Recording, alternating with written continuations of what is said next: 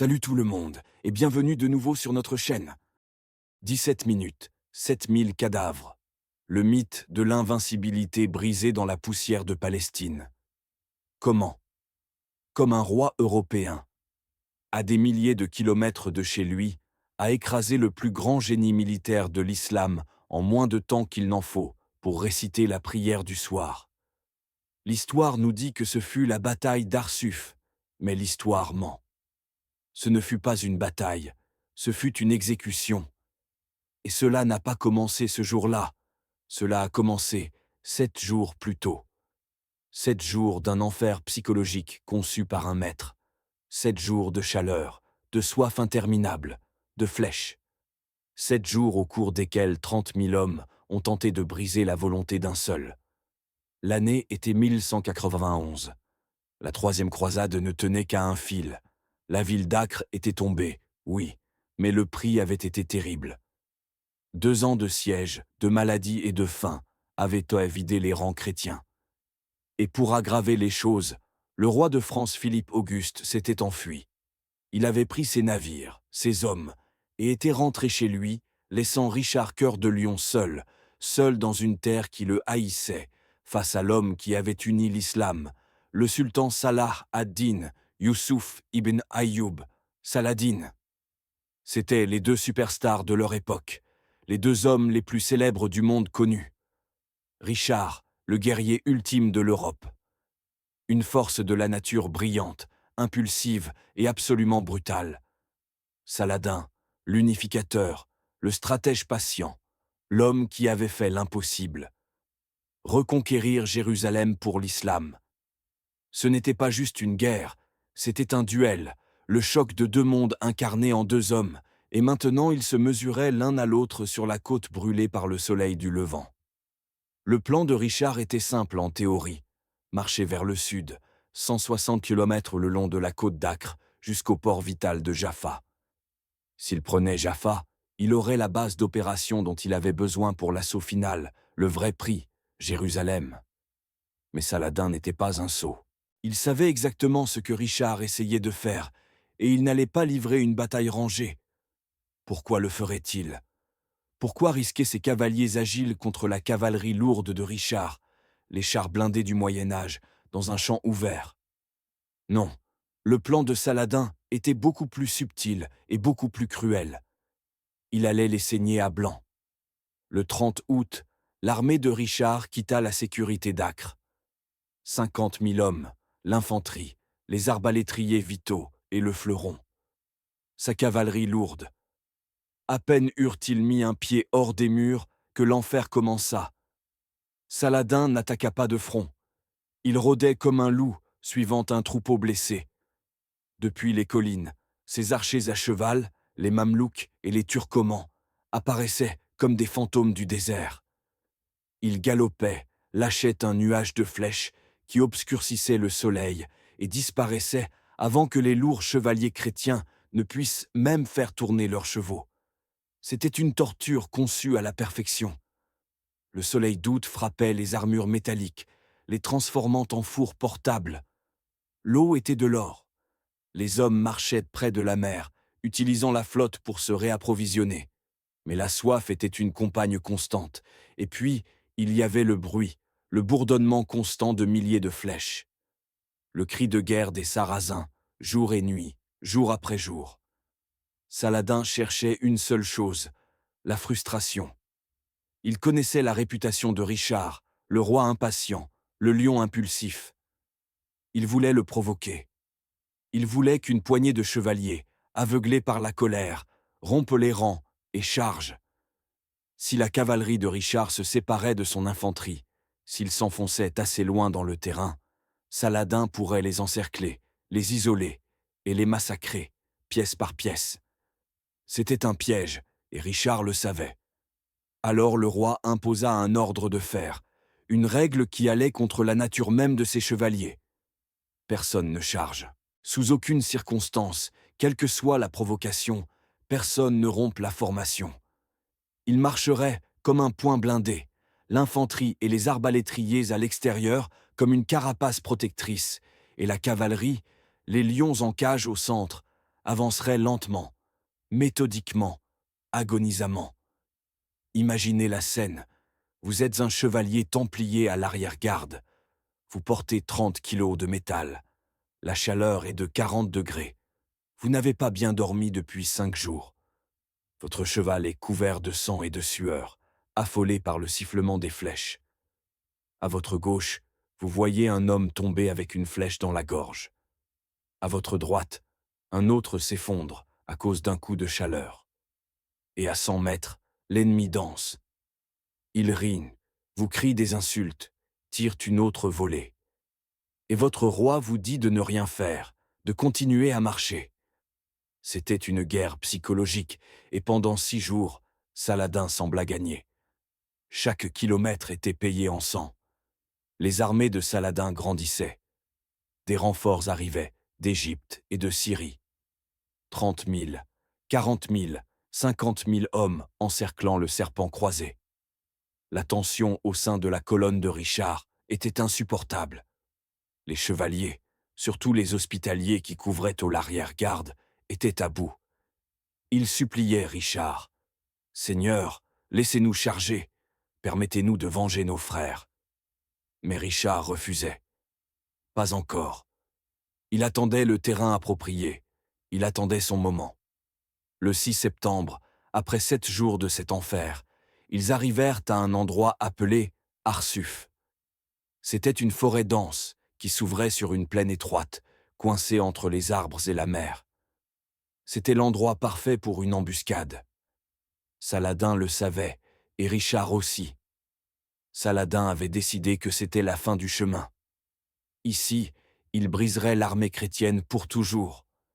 Il avait mobilisé toutes ses forces. Ce n'était plus du harcèlement, c'était un assaut total. La matinée du 7 septembre se leva différemment. L'air était lourd, non seulement à cause de la chaleur, mais à cause du silence. Les croisées se formèrent. Templiers à l'avant, hospitaliers à l'arrière-garde, la position la plus dangereuse. Richard avec son étendard au lion au centre. Il savait que ce jour n'était pas une marche, ce jour était la bataille pour leur survie. Saladin lança tout ce qu'il avait. Des milliers d'archers obscurcirent le soleil. L'infanterie nubienne et bédouine chargea les lignes d'infanterie croisées, battant des tambours, criant. Le chaos était absolu. Les chevaux des hospitaliers à l'arrière-garde tombèrent par centaines. Les hommes étaient mis en pièces. L'ordre de Richard restait le même. Maintenez la ligne, ne chargez pas. Mais combien un homme peut-il supporter? Combien de temps un lion peut-il rester en cage pendant que sa meute est dévorée? La discipline de fer de Richard était sur le point de se heurter au désespoir de ses hommes. Et Saladin était sur le point de découvrir ce qui se passe lorsque vous poussez un roi guerrier trop loin. Le grand maître des hospitaliers, Garnier de Nablus, était couvert de sang. Le sien et celui de l'ennemi. Il vit ses chevaliers, l'élite de l'élite, tomber comme du blé sous la faux. Leurs chevaux, transpercés par une douzaine de flèches, s'effondraient, piégeant les cavaliers sous leur poids, avant que les Sarrasins ne tombent sur eux. Ce n'était pas une bataille, c'était un massacre. La discipline était en train de devenir un suicide. Il envoya un messager désespéré à Richard, se frayant un chemin à travers le chaos. « Monseigneur le roi, nous sommes détruits. L'arrière-garde ne peut plus tenir. Nous perdons nos chevaux, nos hommes. » Le messager cria par-dessus le vacarme. « Permettez-nous de charger. » Richard, à des centaines de mètres au centre, vit la situation. Il vit la poussière, le sang et la panique naissante, mais il vit aussi le piège.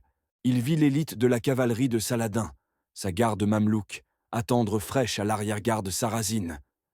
S'il chargeait maintenant en désordre, Saladin lancerait sa contre-attaque et les écraserait contre la mer. Sa réponse fut de glace pure. « Non, maintenez la ligne. Personne ne bouge tant que je n'ai pas donné le signal. » Le messager retourna à l'arrière-garde, donna l'ordre à Garnier de Nablus. Le roi ordonne de tenir la position, mais sur la première ligne de l'enfer, les ordres d'un roi distant signifient peu. La patience était épuisée, La discipline était brisée. Un maréchal hospitalier, un homme appelé simplement Baudouin, vit son écuyer, un enfant de 16 ans, tomber avec une flèche dans l'œil, et quelque chose se brisa en lui. Il n'y eut pas de stratégie, pas de pensée, seulement la rage. Avec un cri qui n'était pas humain, un hurlement de pur désespoir et de fureur, il éperonna son cheval. Pour Saint-Georges, ce fut un acte de suicide, mais ce fut un suicide qui devint contagieux. Un autre chevalier le suivit, et puis 10. Et puis, dans un rugissement tonitruant, tout l'ordre des chevaliers hospitaliers, les hommes qui avaient enduré le pire de l'assaut pendant des heures, rompirent la formation. Ils chargèrent seuls directement dans le cœur de l'armée de 30 000 hommes de Saladin. Richard Cœur de Lion vit son plan méticuleux, sa brillante stratégie de 7 jours, se désintégrer sous ses yeux à cause de l'impatience d'une poignée d'hommes. L'armée était brisée, l'arrière-garde s'était séparée du centre. C'était le moment exact que Saladin attendait. Le désastre était total. Le roi eut une fraction de seconde pour choisir. Il pouvait obéir à son propre ordre, maintenir le reste de l'armée en formation et voir les hospitaliers se faire massacrer. Un sacrifice nécessaire pour leur désobéissance. Ou il pouvait réécrire le plan au milieu du chaos. Richard regarda la charge suicide, vit la poussière qu'il soulevait et vit l'infanterie de Saladin, surprise, se tourner pour faire face à cette menace inattendue. Et alors le lion sourit. Ce n'était pas le moment parfait qu'il avait prévu, mais c'était un moment, et ce serait suffisant. Il se tourna vers son porte-étendard, pointa son épée, non pas vers l'ennemi, mais vers le ciel. Maintenant, rugit-il. Maintenant, par Dieu, sonnez la charge. Les trompettes qui étaient restées silencieuses pendant 7 jours lâchèrent une seule note, longue et assourdissante, et le monde s'effondra. Ce qui se passa ensuite ne fut pas une bataille, ce fut un cataclysme. Si la charge des hospitaliers fut une étincelle, ce fut l'explosion de l'étoile. 15 000 hommes, la cavalerie lourde des Templiers à l'avant, les chevaliers français, les Angevins, l'élite blindée de l'Europe, qui avait passé 7 jours à marcher sous une pluie de flèches, 7 jours de soif, 7 jours à voir leurs amis mourir, 7 jours d'humiliation. Toute cette fureur refoulée se libéra en un instant. La terre trembla. Saladin, observant depuis la colline, vit sa brillante piège psychologique se retourner contre lui. Ses archers à cheval, les maîtres du harcèlement, étaient inutiles. Ils étaient trop près. Leurs chevaux légers ne faisaient pas le poids face aux destriers européens de 500 kilos, élevés pour la guerre, blindés comme des béliers vivants. L'impact fut absolu. La première ligne d'infanterie de Saladin, celle qui était en train de massacrer les hospitaliers, n'eut même pas le temps de se retourner. Elle fut simplement effacée, piétinée sous des milliers de sabots. La charge de 15 000 tonnes de métal et de fureur traversa la première ligne, la deuxième et la troisième. Les chevaliers croisés ne cherchaient pas à faire des prisonniers. Ils ne cherchaient pas à rompre la ligne. Ils cherchaient la vengeance. Les longues et lourdes épées des croisés, conçues pour écraser les armures, rencontrèrent les cimeterres courbes et les armures légères des Sarrasins. Ce fut un carnage. Les cris de guerre de Deusvult noyèrent les tambours de guerre de Saladin. Richard était à l'avant. Il n'était pas un roi dirigeant depuis l'arrière-garde. Il était une force de la nature.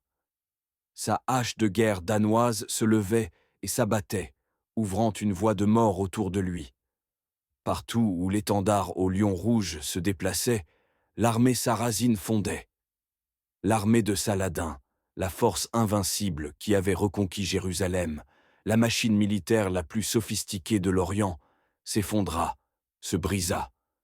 La panique se répandit plus vite que l'acier. Soudain, 30 000 hommes ne se battaient plus. Ils fuyaient, fuyant pour sauver leur vie vers la sécurité de la forêt d'Arsuf, tandis que les chevaliers de Richard les chassaient de par derrière. La poursuite avait commencé, et Richard, aveuglé par le sang et la victoire, était sur le point de commettre la seule erreur qui pouvait tout lui coûter. La victoire était totale, du moins en apparence, mais la fureur est une mauvaise conseillère et l'adrénaline est un poison. Les chevaliers de Richard, dans leur extase de vengeance, ne s'arrêtèrent pas. Ils poursuivirent les forces brisées de Saladin à l'intérieur des terres. S'éloignant de la côte, s'éloignant de leur ligne de ravitaillement, s'éloignant de leur infanterie, ils s'enfoncèrent dans la forêt d'Arsuf, chassant les hommes en petits groupes, dissolvant la formation de béliers qui les avait rendus invincibles. La charge unifiée de 15 000 hommes s'était désintégrée en 1000 chasses individuelles. 1 kilomètre, 2 kilomètres, 3 kilomètres de Haute séparaient maintenant l'avant-garde de Richard de l'arrière-garde de sa propre armée. Leurs chevaux, les lourds destriers de guerre, étaient découverts d'écume, épuisés après une charge à pleine vitesse sous le soleil de Palestine. Les cavaliers étaient fatigués, leurs bras alourdis par l'effort du massacre. Ils avaient se gagné, la bataille était terminée, et alors le corps sonna à nouveau, mais ce n'était pas un corps croisé. Saladin n'avait pas fui. Un génie militaire ne fuit pas, il se repositionne. Depuis la colline, il avait vu son armée s'effondrer. Il avait vu la panique, mais il avait aussi vu l'erreur de Richard. Il vit les lourds chevaliers, exactement comme il l'avait prédit, se séparer de leur infanterie. Il les vit se fatiguer, il les vit s'enfoncer dans le terrain qu'il contrôlait. Pendant 7 jours, Richard avait été le maître de la patience. Maintenant, au sommet de la victoire, il l'avait perdu. Saladin n'avait pas lancé toute son armée dans l'assaut initial. Il gardait toujours une réserve, l'élite, sa garde personnelle mamelouk et les régiments d'Alep. 7000 cavaliers frais montés sur d'agiles chevaux arabes qui n'avaient ni pas galopé de toute la journée. Et tandis que les hommes de Richard étaient dispersés, épuisés et en pleine célébration, Saladin lança sa véritable attaque. Ce ne fut pas une contre-attaque, ce fut une embuscade. Des profondeurs de la forêt, la garde de Saladin émergea, non pas en fuite, mais en chargeant. Ils percutèrent les flancs des chevaliers croisés, dispersés. Les chasseurs devinrent la proie. Les agiles cavaliers mamelouks encerclaient les lourds chevaliers fatigués. Ils n'essayaient pas de se battre au corps à corps. Ils utilisaient leurs lances, leurs arcs, leurs cimetères, frappant et se déplaçant, saignant les géants de métal. Soudain, Richard Cœur de Lion n'était plus un conquérant. Il était un homme pris au piège. Il était au plus profond de la forêt, presque seul, encerclé par la garde personnelle du sultan. La bataille qui avait été gagnée en un instant était sur le point d'être perdue de la même manière. L'étendard au lion rouge, le symbole de l'invincibilité de Richard, était isolé. Les hommes de Saladin le reconnurent. Ils savaient que s'ils tuaient le roi, l'armée croisée se désintégrerait pour toujours. Ils cessèrent de chasser les autres chevaliers. Tous convergèrent vers un seul point. Tous voulaient la tête du lion. Richard se retrouva dans une lutte désespérée, non pour Jérusalem, non pour la victoire, mais pour sa propre vie. Son cheval avait été blessé. Il se battait à pied, son énorme hache de guerre, créant un cercle de mort autour de lui. Mais c'était un homme contre des centaines. La nouvelle se répandit sur le champ de bataille comme une traînée de poudre. Le roi est tombé. Le roi est encerclé. La panique qui avait infecté l'armée de Saladin menaçait maintenant de détruire les croisés. La plus grande victoire de Richard était à quelques secondes de devenir sa tombe. Mais Richard n'était pas seul. Il y avait un homme sur le terrain, Guillaume des Barres, le rival personnel de Richard, un chevalier français qui haïssait Richard. Ils s'étaient disputés, ils s'étaient insultés, ils en étaient presque venus aux mains à plusieurs reprises, mais il vit l'étendard au lion sur le point de tomber. À ce moment-là, la rivalité n'importait plus, seul l'honneur. Guillaume des Barres et une poignée de l'élite des chevaliers français et templiers virent le danger mortel de leur roi. Ils formèrent un coin et chargèrent, non pas contre l'armée de Saladin, mais à travers elle, une charge suicide pour atteindre un seul homme. Ils s'écrasèrent contre le mur de Mamelouk qui entourait Richard, ouvrant un couloir de quelques secondes. Ce fut le temps suffisant. Ils saisirent les rênes du cheval de Richard, le hissèrent et commencèrent à se frayer un chemin pour sortir. Ils avaient sauvé le roi, mais la bataille était loin d'être terminée. L'armée de Richard était brisée en deux, l'infanterie sur la plage et sa cavalerie épuisée, piégée à l'intérieur des terres, luttant contre des forces fraîches. La brillante charge s'était transformée en un chaos sanglant. Richard, désormais en sécurité, vit le désastre que sa propre impatience avait failli causer. Il devait réordonner l'armée. Il devait reprendre l'initiative. Mais comment ordonner à 15 000 hommes épuisés qui se battent pour leur vie au milieu d'une forêt? Saladin avait repris l'avantage, et cette fois, il ne le lâcherait pas. Le chaos était le nouveau roi. L'armée croisée, quelques instants auparavant un poing d'acier, était maintenant une main brisée, avec les doigts éparpillés et saignant dans le bois. Saladin tenait Richard exactement où il le voulait, épuisé, divisé, surchauffé et loin de son infanterie. Le piège, bien qu'activé prématurément, fonctionnait. Les Mamelouks frais taillaient les chevaliers fatigués avec une efficacité terrifiante. Mais le lion, bien que piégé, restait un lion. L'orgueil qui l'avait mené au bord du désastre était la même force dont il avait besoin pour s'en sortir. Il regarda le chaos, la panique de ses propres hommes, le tourbillon de cimeterres, et comprit. La bataille ne serait pas gagnée en avançant, elle serait gagnée en reculant. Mais reculer sous une attaque frontale, avec un ennemi frais sur vos flancs, est la manœuvre la plus dangereuse de la guerre. C'est une invitation au massacre. « À moi !» rugit Richard. Sa voix un tonnerre guttural qui traversa le vacarme du métal. « Au drapeau ! Formez-vous sur l'étendard du roi !» Ce n'était pas une supplique, c'était un ordre de fonte. C'était la volonté d'un homme s'imposant sur des milliers. Mais comment faire pivoter des milliers de chevaux épuisés au milieu d'un essaim d'ennemis? Comment demander à un homme qui se bat contre trois à la fois d'arrêter de se battre et de former une ligne? C'était impossible. Et pourtant, ils le firent. Les chevaliers, par pur instinct et entraînement, cessèrent de poursuivre. Ils se regroupèrent dos à dos, créant des hérissons d'acier. Ils commencèrent à se frayer un chemin, non pas vers l'avant, non pas vers la forêt, mais en arrière, de retour vers la plage, de retour vers leur infanterie. Saladin vit la manœuvre, vit le désespoir, et vit son occasion en or, le moment du coup de grâce. S'il réussissait à placer ses réserves entre la cavalerie de Richard, qui battait en retraite, et l'infanterie croisée qui attendait sur la plage, l'armée chrétienne serait coupée en deux. Il pourrait anéantir la cavalerie dans la forêt, puis se retourner et massacrer l'infanterie sur le rivage. La guerre prendrait fin. Jérusalem serait en sécurité pour toujours.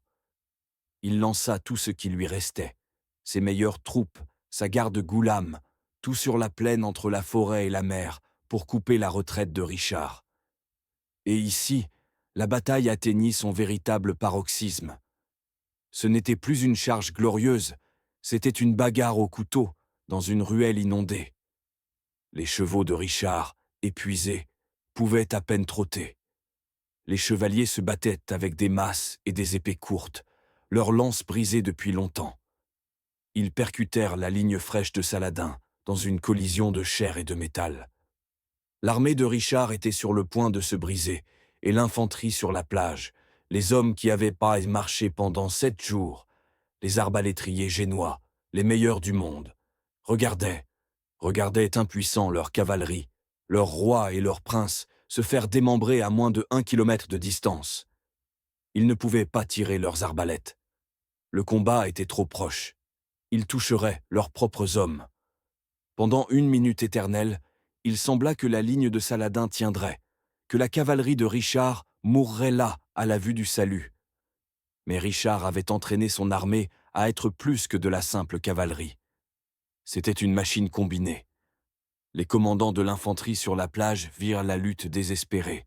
Ils virent la tentative de Saladin de combler l'écart, et sans attendre les ordres du roi, ils prirent la décision qui changea l'histoire. L'infanterie chargea. les piquiers, les lanciers, les hommes à pied. Ils avancèrent de la plage comme un mur de boucliers imparables, criant pour rencontrer leurs frères à cheval. Ils percutèrent l'arrière-garde des réserves de Saladin, qui tentait de combler l'écart, et le piège se referma. Mais il se referma sur son créateur. L'armée de Saladin, la force d'élite des Mamelouks et des Goulams, se retrouva soudain piégée, coincée entre le marteau de la cavalerie épuisée de Richard, qui frappait depuis la forêt, et l'enclume de l'infanterie fraîche qui poussait depuis la mer. Ce qui avait été une brillante manœuvre de flanc se transforma en une poche de mort. La panique qui avait commencé la charge consuma maintenant l'armée sarrasine. Cette fois, il n'y eut pas de retraite, pas de repositionnement. Ce fut une annihilation. Dans les minutes qui suivirent, la plus grande armée que l'islam ait jamais rassemblée cessa d'exister. Du cri de Pour Saint-Georges, du premier hospitalier désobéissant, jusqu'à la désintégration finale de la garde de Saladin. 17 minutes s'étaient écoulées. 17 minutes de chaos, d'erreur, de génie et de fureur. Lorsque la poussière commença à se déposer, la plaine d'Arsuf n'était plus un champ de bataille, c'était un abattoir. 7000. 7000 des meilleurs soldats de Saladin gisaient morts.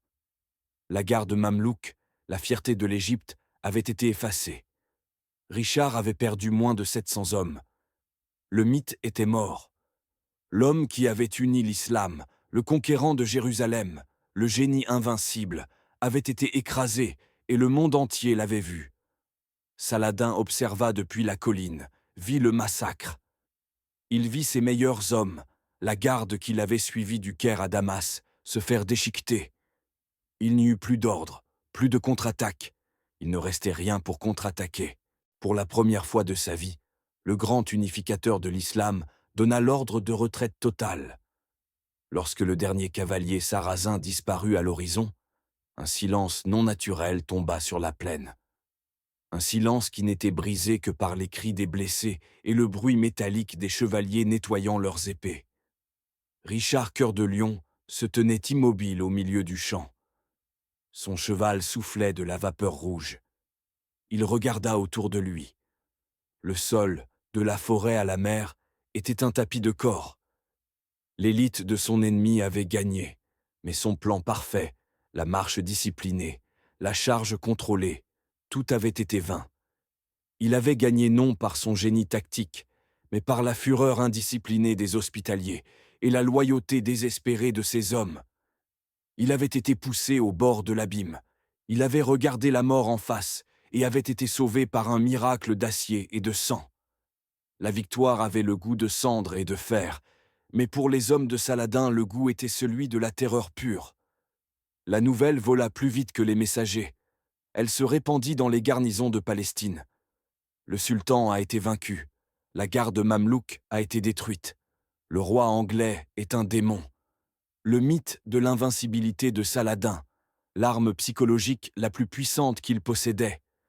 La colle qui maintenait son armée disparate d'Égyptiens, de Syriens et de Turcs s'était brisée en 17 minutes. Les hommes ne chuchotaient d'un plus son nom avec admiration. Ils le chuchotaient avec doute. Saladin s'était révélé humain, et Richard s'était révélé être quelque chose de plus. L'armée de Saladin ne se regrouperait pas pour une autre bataille rangée. Elle était psychologiquement brisée. La peur était maintenant le général. Richard marcha sur les corps de ses ennemis. Il ne s'arrêta pas pour célébrer. Il n'y eut pas de discours. Il ordonna à ses hommes de piller les morts, de prendre les armes et l'or, et de continuer à marcher. L'objectif n'avait pas changé. Jaffa. Ils arrivèrent à Jaffa sans opposition. Les portes de la ville, qui seraient restées fermées par la peur de Saladin, s'ouvrirent tout maintenant, par la peur de Richard. Le port vital était à eux. Le chemin vers Jérusalem était ouvert, mais la victoire d'Arsuf fut une arme à double tranchant. Elle avait montré que Richard pouvait écraser Saladin en terrain découvert, mais elle avait aussi enseigné à Saladin une leçon vitale. Ne plus jamais affronter la cavalerie lourde de Richard dans une bataille rangée. Le génie militaire de Saladin n'avait pas été détruit, il s'était adapté. La guerre n'avait pas pris fin, elle s'était transformée. Saladin n'essaierait plus de détruire l'armée de Richard. Il commencerait à détruire tout le reste. Si Richard voulait Jérusalem, il devrait la prendre. Mais quelle Jérusalem? Saladin commença une nouvelle campagne, une que Richard, le guerrier, ne pouvait pas combattre. Une campagne de terre brûlée. Pendant que Richard reconstruisait les murs de Jaffa, Saladin démantelait ceux d'Ascalon, brûlait les récoltes, empoisonnait les puits, détruisait les châteaux sur le chemin de la ville sainte. Il disait à Richard, « Tu peux avoir la terre, mais tu n'auras qu'un désert. Ton armée mourra de faim et de soif bien avant de voir mes murs. » La guerre des lions était terminée. La guerre des rats avait commencé. Richard, le guerrier suprême, se retrouva dans une position impossible. Il avait gagné la plus grande bataille de la croisade, seulement pour se retrouver dans une guerre qu'il ne pouvait pas gagner. Il pouvait marcher sur Jérusalem. Oui, mais comment la prendrait-il? Son armée était épuisée. L'hiver approchait, et Saladin n'avait pas besoin de le vaincre. Il avait juste besoin d'attendre. L'homme qui avait écrasé 30 000 hommes en 17 minutes se retrouvait maintenant freiné par la boue, la faim et la dysenterie. Le duel entre les deux hommes devint encore plus personnel. Ils s'envoyaient des messages, des cadeaux, des gestes de respect chevaleresques qui cachaient une haine mortelle. Richard demanda des fruits frais et de la neige pour sa fièvre. Saladin les lui envoya. C'était une guerre d'honneur et de cruauté absolue. Richard avança 2 fois vers Jérusalem, et 2 fois, il dut battre en retraite. La première fois, ses propres barons refusèrent. Ils étaient à moins de 20 kilomètres. Ils pouvaient voir les collines de la ville, mais le temps était atroce. Le moral était brisé. La deuxième fois, il arriva en vue des murs. Le roi guerrier qui avait traversé un continent, l'homme qui avait brisé le mythe d'Arsuf, regarda la ville sainte et se couvrit le visage de son bouclier. Il ne voulut pas regarder. Il dit qu'il n'était pas digne de voir la ville qu'il n'avait pas pu conquérir. La victoire militaire d'Arsuf s'était transformée en la défaite stratégique de Jérusalem. Le choc de 17 minutes avait décidé du sort de la bataille, mais la guerre d'usure de 7 jours, la stratégie originale de Saladin, fut celle qui, en fin de compte, gagnerait la guerre. L'hiver 1191 fut un enfer glacial. Richard, le conquérant d'Arsuf, était piégé non par les armées de Saladin, mais par la politique, par la maladie et par la boue. Sa grande armée croisée se dissolvait, non par les épées ennemies, mais par la dysenterie, l'ennui et le désespoir. Il avait écrasé l'ennemi sur le terrain, mais il ne pouvait pas vaincre le climat. Chaque jour, plus de navires appareillaient pour l'Europe, emmenant des chevaliers français, allemands et italiens, qui considéraient la croisade comme perdue. Le Grand Lion était dans une cage de sa propre victoire incomplète. Il avait gagné la bataille, mais Saladin était en train de gagner la guerre. Le roi anglais, malade de fièvre, frustré, voyant son rêve de Jérusalem se transformer en un mirage de boue, se rendit finalement non pas à l'ennemi, mais à la réalité. Il envoya des messagers à Saladin, proposa une trêve, proposa qu'ils se rencontrent, même dans un acte de désespoir fébrile, proposa que sa propre sœur épouse le frère de Saladin, unissant les deux mondes. Saladin, le maître psychologue, refusa courtoisement. Pourquoi négocier avec un homme dont l'armée s'évaporait? Il n'avait qu'à attendre. À l'été 1192, Richard, vaincu par la logistique, prit une décision fatidique. Il décida de naviguer vers le nord, de retour à Acre. Il laissait derrière lui Jaffa, le joyau de sa campagne, protégé seulement par une garnison symbolique. Un squelette d'armée. C'était une retraite tactique, mais pour Saladin, c'était une fuite. Et Saladin savait que le lion qui fuit, même pour un instant, laisse son repère sans protection. Au moment où les voiles de Richard disparurent à l'horizon, Saladin attaqua. Cette fois, il n'y eut pas de harcèlement, pas de jeu psychologique. Ce fut un assaut total, 30 000 hommes avides de vengeance pour l'humiliation d'Arsuf s'abattirent sur la faible garnison de Jaffa. Ils utilisèrent des mineurs pour faire s'effondrer les murs. Ils utilisèrent des machines de siège jour et nuit. Pendant 3 jours, la petite garnison se battit avec la force du désespoir, mais c'était inutile. Les murs s'effondrèrent, l'armée de Saladin inonda les rues. Le massacre fut absolu. Les quelques défenseurs restants furent repoussés mètre par mètre jusqu'à la citadelle, le dernier donjon. Jaffa, la victoire de Richard, était tombée. L'étendard au lion fut arraché, et l'étendard jaune de Saladin flotta sur la ville conquise. La nouvelle vola sur l'eau. Un navire éclaireur atteignit la flotte de Richard. Le messager, à bout de souffle, dit au roi « Jaffa est tombé. La garnison est massacrée dans la citadelle. » Les barons de Richard haussèrent les épaules. C'était dommage, une perte tragique. Mais la croisade était terminée. Il était temps de rentrer à la maison. Mais il ne parlait pas à un politicien, il parlait à un lion. La fièvre, la frustration, l'humiliation, tout disparut, remplacé par une fureur si pure et si froide qu'elle glaçait l'air. La fureur qui avait brisé la ligne à Arsuf. Il ne consulta personne. Il ne traça aucun plan stratégique. Il se tourna vers le capitaine de son navire. « Fais demi-tour, nous allons à Jaffa. » Ses conseillers protestèrent. « Monseigneur, c'est un suicide. Nous n'avons pas d'armée.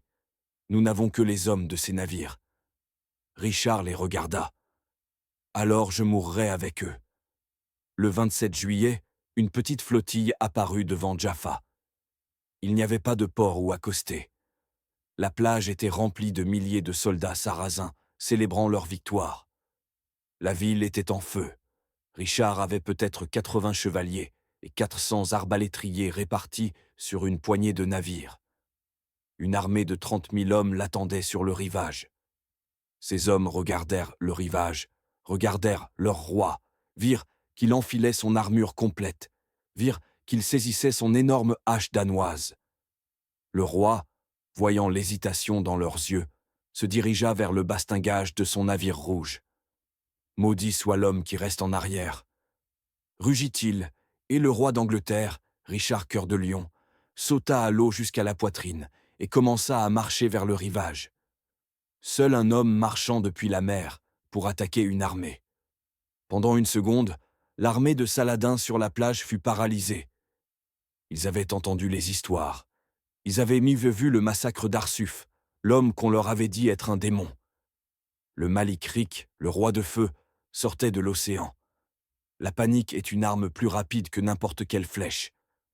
Une poignée de chevaliers, honteux de leur peur, sautèrent derrière leur roi, pour Saint-Georges, pataugeant dans la vague. 80 hommes chargèrent contre 30 000.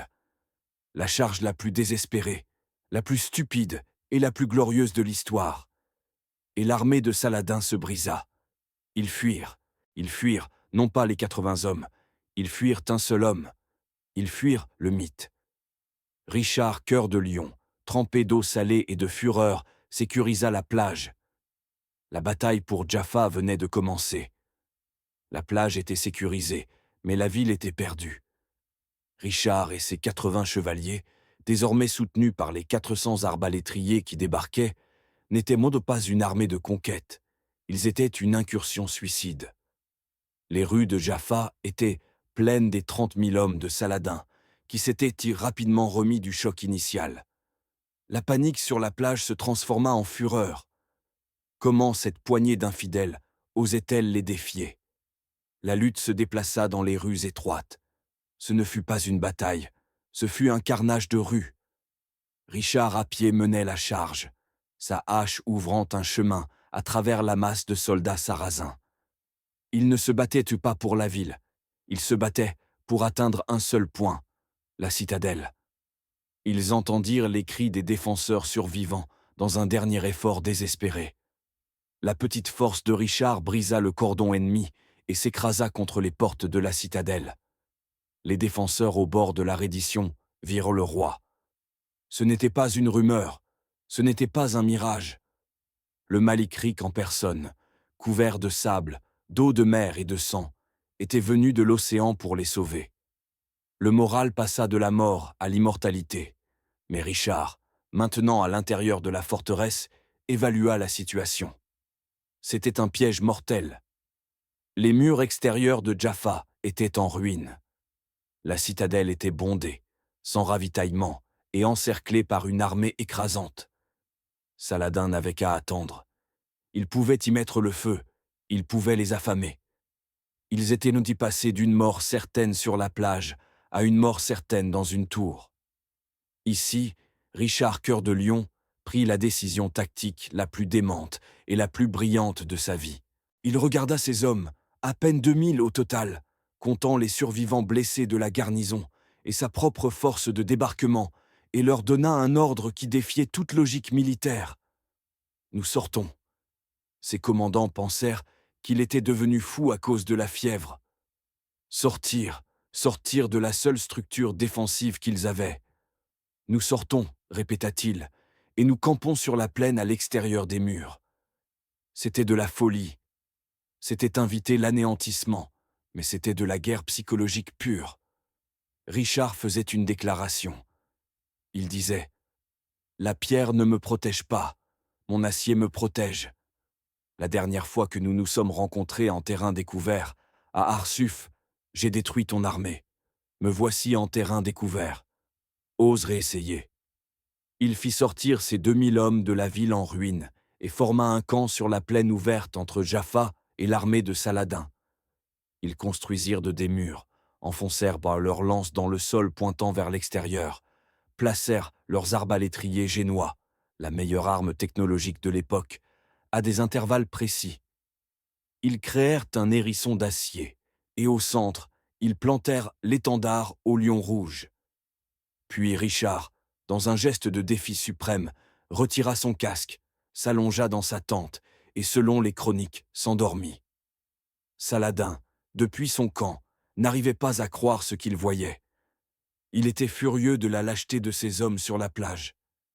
Mais cela était une insulte qui brûlait plus que n'importe quelle défaite. Une poignée d'hommes le défiait ouvertement sur la plaine. C'était une ruse. Il y avait des renforts cachés, il se souvint d'Arsuf. Il se souvint du bruit de la charge de la cavalerie lourde. Le doute le paralysa pendant des heures. Mais le doute ne dure pas éternellement. L'humiliation exigeait du sang. À l'aube du 5 août, Saladin décida d'en finir avec cette farce. Il n'ordonna pas un assaut d'infanterie, il ordonna une exécution. 7000 de ses meilleurs cavaliers mamelouks et turcomans, divisés en 7 divisions de 1000 hommes chacune, chargeraient par vagues successives. Ils ne s'arrêteraient pas. Ils écraseraient le petit camp par pure masse. La terre commença à trembler. Les 2000 hommes de Richard se levèrent. Les piquiers assurèrent leurs lances dans la terre, avec l'extrémité appuyée sur leurs pieds. Les arbalétriers armèrent leurs armes, et Richard, le roi, ne monta pas à cheval. Il resta à pied en première ligne avec ses hommes. La première vague de 1000 cavaliers chargea. « Feu !» cria le commandant des arbalétriers. La première salve de carreaux d'arbalète fut dévastatrice. Les lourds carreaux traversaient les armures légères et abattaient la première ligne de chevaux et de cavaliers. Ils percutèrent un mur d'acier. La charge s'arrêta net. Les piquiers poignardaient par le bas. Les chevaliers à pied coupaient par le haut. Richard était au centre de la mêlée. Sa hache de guerre, un flou mortel. La première vague se brisa et s'enfuit. Ils eurent à peine le temps de souffler que la deuxième vague de 1000 hommes attaquait. Encore les arbalètes, encore le mur de pique. Mais cette fois l'impact fut plus dur. La ligne chrétienne plia, et puis la troisième. Et la quatrième. C'était une marée humaine heurtant un rocher, et le rocher commençait à se fissurer. Les hommes de Richard étaient épuisés, se battant à un ratio de 10 contre 1. Le camp était rempli de leurs propres morts et de ceux de l'ennemi. Saladin observait, impatient. « De nouveau, cria-t-il, ne vous arrêtez pas. » La cinquième vague chargea, et cette fois, ils brisèrent la ligne. La cinquième vague. Le mur de pique se fissura, les lances se brisèrent, des hommes hurlant, traînés sous les sabots, les Mamelouks étaient à l'intérieur. L'hérisson d'acier s'était brisé. La panique, pendant une fraction de seconde, menaça de tout dissoudre. 30 000 hommes étaient sur le point d'écraser 2000, mais Richard Cœur de Lion était dans la brèche. Il ne cria pas d'ordre, il n'essaya pas de reformer la ligne. Il était la ligne. Le roi d'Angleterre à pied se retrouva face à face avec l'élite de la cavalerie de Saladin, et le lion se déchaîna.